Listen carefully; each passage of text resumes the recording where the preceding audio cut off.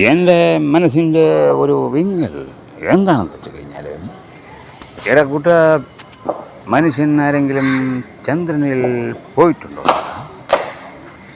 ഒന്ന് പറയുന്നു 1969 America Neil ആംസ്ട്രോങ്ങിനെയും Edwin ആൽഡ്രിനെയും അവിടെ ഇറക്കി എന്നാണ് പറയുന്നത്. എന്നാൽ അതിൽ വല്ല സത്യത്തിലൂടെ 1969 ഇറക്കി എന്നൊക്കെ പറയുമ്പോൾ എൻ്റെ പൊന്നണ്ണ, 1969 ഈ കമ്പ്യൂട്ടറൊന്നുമില്ല. അന്നാണെങ്കിൽ പൊട്ട കമ്പ്യൂട്ടറുകളൊക്കെ ഉള്ളൂ. അന്നാണെങ്കിൽ ഇത്രയും സാഹചര്യങ്ങളൊന്നുമില്ല. അങ്ങനെയാണെങ്കിൽ നമ്മളെ തമ്പാനൂരിൽ നിന്നും ടക്കർ സർവീസ് ചന്ദ്രനിലേക്ക് പോകില്ലായിരുന്നു അണ്ണ. അതല്ലേ അണ്ണ എനിക്കും ഒരു സംശയം. എന്തരണ്ണ? പേഴ്സണലായിട്ട് പറയുക, ഈ അമേരിക്കക്കാർ മാത്രമേ ചന്ദ്രനിൽ ഇന്നേ വരെ പോയിട്ടുള്ളൂ. നമ്മൾ ആദ്യം പഠിച്ചത് നീൽ ആംസ്ട്രോങ്ങും എഡ്വിൻ ആൽഡ്രിനും പോയിട്ടുണ്ടെന്ന്. പിന്നെ അവർ പറയുന്നു കുറേ ദൗത്യങ്ങൾ പോയിരുന്നു.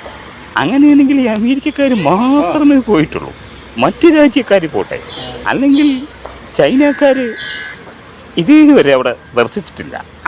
അല്ലെങ്കിൽ ചൈനയോ ജപ്പാനോ ആരെങ്കിലുമൊക്കെ പോട്ടെ, എന്നിട്ട് വേണം സോസി നമുക്ക് രണ്ടുപേർക്കും കൂടെ പോവാൻ. എന്നായിട്ട് ഞാൻ പറയാം എന്താണെന്ന് വെച്ച് കഴിഞ്ഞാൽ,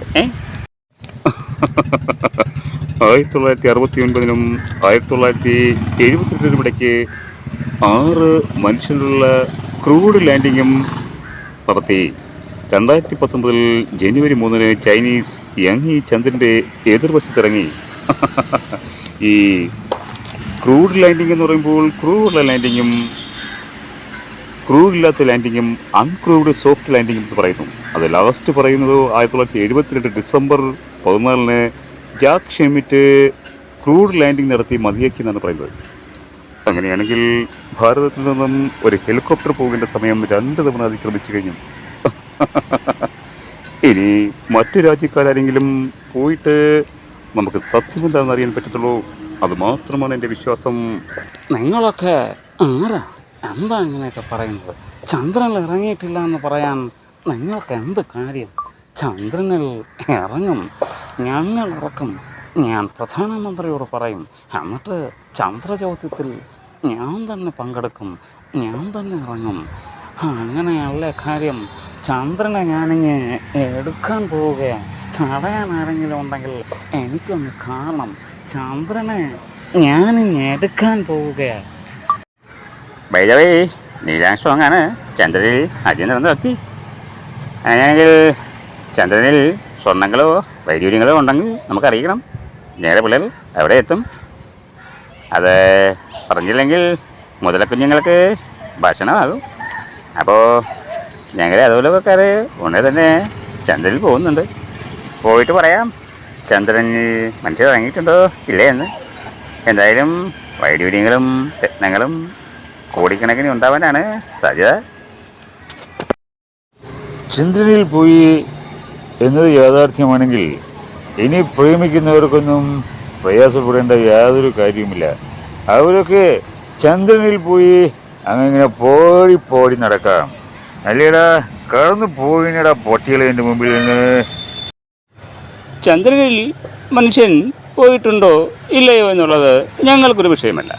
ഞങ്ങൾ പാർട്ടി അതിനെപ്പറ്റി ഗൗരവമായി ചർച്ച ചെയ്യും.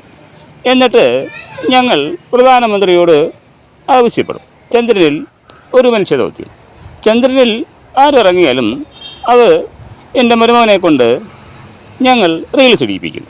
എന്നിട്ട് ഞങ്ങളാണ് ചെയ്തത് എന്ന് പറയും. കേരളത്തിൽ 3ാമതും ഞങ്ങൾ തന്നെ അധികാരത്തിൽ വരും. അതുമാത്രമാണ് ഞങ്ങളുടെ ലക്ഷ്യം. ഭാരത് മാതാവിന് പകരം കമ്മ്യൂണിസ്റ്റ് മാമനെ ഞങ്ങൾ ചന്ദ്രമാമനാക്കും. ഇതോടുകൂടി അതിനും ഒരു പരിഹാരമാകും.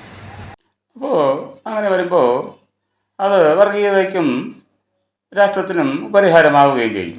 കാവി ഭാരത് മാതാവിന് പകരം സഖാവ് അമ്പിളിയമ്മാവൻ വരുന്നത് ആകും.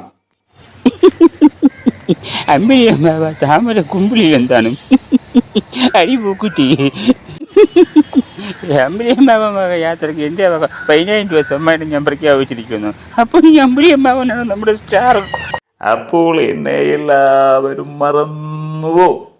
കാവി ഭാരത മാതാവിനു തുല്യമായി ചുമപ്പൻ സഖാവ് അമ്പിളി അമ്മാവൻ വരും വരും.